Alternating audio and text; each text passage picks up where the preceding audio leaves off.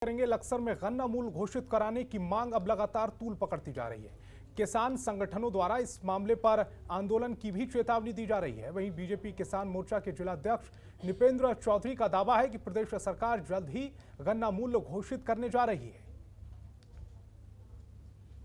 प्रदेश में गन्ना मूल्य की मांग लगातार तूल पकड़ रही है। ऐसे में किसान लगातार मांग कर रहे हैं कि गन्ना मूल्य घोषित किया जाए। हमारे साथ में जुड़े हुए हैं भाजपा किसान मोर्चा जिलाध्यक्ष निपेंद्र चौधरी, उनसे बात करेंगे। उन्होंने अभी हाल ही में गन्ना मूल्य को लेकर के केंद्रीय मंत्री से भी वार्ता की है। क्या है पूरा मसला, बात करेंगे। निपेंद्र जी, जिस तरह से गन्ना मूल्य को लेकर के आपकी निशंक केंद्रीय मंत्री हैं, उनसे बात हो रही है, क्या हुआ और किस तरह का आश्वासन आपको मिला? गन्ना मूल्य को लेकर के कल माननीय मंत्री जी से बात हुई है। गन्ना मूल्य जल्द ही हमारे राज्य की सरकार घोषित करने वाली है। और जो गन्ना भुगतान का जहाँ तक सवाल है, तो गन्ना भुगतान तो हो ही रहा है, वो पहले से ही शुरू हो गया है। अच्छा, अभी कृषि कानूनों को लेकर भी विरोध चल रहा है लगातार, और मैंने ये भी सुना है कि आपने टीमें बनाई हैं, जो मंडल अध्यक्ष भी आपने बनाए अभी, और कार्यकर्ता क्षेत्र में जाकर के किस तरह से अवेयर कर रहे हैं, किसानों को जानकारी दे रहे हैं। हमारे ज़िले में 26 मंडल हैं। 26 के 26 मंडलों में हमारे किसान मोर्चा के जो मंडल अध्यक्ष हैं, वो किसानों के घर पर जा रहे हैं, किसानों की चौपालों पर जा रहे हैं और उनको किसान जो 3 बिल हैं, उनकी जो गुण हैं, उनकी अच्छाइयाँ हैं, वो सब उनको बता रहे हैं, समझा रहे हैं और लोगों को जागरूक करने का किसानों को काम कर रहे हैं। आने वाले दिनों में सरकार जिस तरह से देखने में आ रहा है कि खाद बीज की जो समस्याएं हैं, वो कहीं ना कहीं यानी कि ऑन स्पॉट, यानी जो कृषि केंद्र बनाए गए हैं उन पर ही मुहैया कराया जाएगा।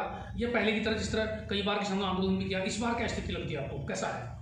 खाद बीज की मेरे ख्याल से तो कोई समस्या फिलहाल है नहीं। यूरिया पर्याप्त मात्रा में मिल रहा है, लोग ले जा रहे हैं। और रही बात बीज की, बीज पर हमारी सरकार बहुत बड़ी मात्रा में सब्सिडी भी दे रही है और बीज सारे के सारे जितने भी हमारे ब्लॉक मुख्यालय हैं उन पर उपलब्ध है। चलिए, तो इतने निपेंद्र चौधरी जिलाध्यक्ष हैं किसान मोर्चा के, और साफ तौर पर कह रहे हैं कि गन्ना मूल्य को लेकर के वार्ता भी हुई, ज्ञापन भी दिया गया है और जल्द ही उम्मीद है कि आने वाले दिनों में गन्ना मूल्य घोषित किया जाएगा। साथ में किसानों की समस्याओं को लेकर के सरकार गंभीर है। इनका दावा है कि आने वाले दिनों में और भी कल्याणकारी योजनाएं किसानों के लिए चलाई जाएंगी। जसवीर सिंह, जनतंत्र टीवी, अक्सर। जिला प्रशासन चमोली ने आगामी 1 मार्च से गैरसैंण में शुरू हो रहे विधानसभा सत्र की सभी तैयारियां पूरी कर ली हैं। जिलाधिकारी स्वाति एस भदौरिया ने विधानसभा परिसर में सत्र की कई व्यवस्थाओं का जायजा लिया। इस दौरान पुलिस अधीक्षक यशवंत सिंह चौहान भी मौजूद रहे।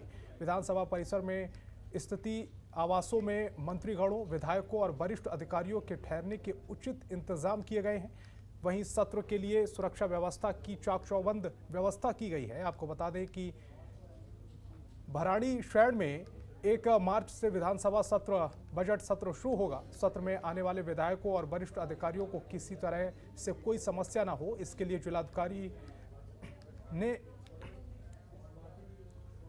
लाइजेनिंग ऑफिसर से भी तैनाती कर दी है, जो अतिथिगणों को हर संभव सुविधा मुहैया कराएगा। आवास और परिसर की सफाई के लिए कर्मियों की भी तैनाती कर दी गई है।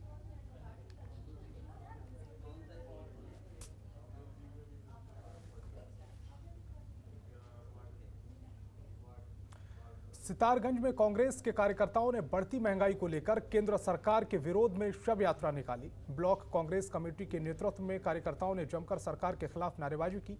इस दौरान प्रदर्शनकारियों का कहना है कि केंद्र सरकार की जन विरोधी नीतियों के कारण देश में पेट्रोल, डीजल और रसोई गैस के दाम आसमान छू रहे हैं। प्रधानमंत्री नरेंद्र मोदी उद्योगपतियों को फायदा पहुंचाते हुए गरीबों को प्रताड़ित कर रहे हैं। साथ ही कहा कि किसानों के खिलाफ 3 कृषि कानून बनाए गए हैं, जो किसानों को बर्बाद करने के सिवाय कुछ नहीं करेंगे।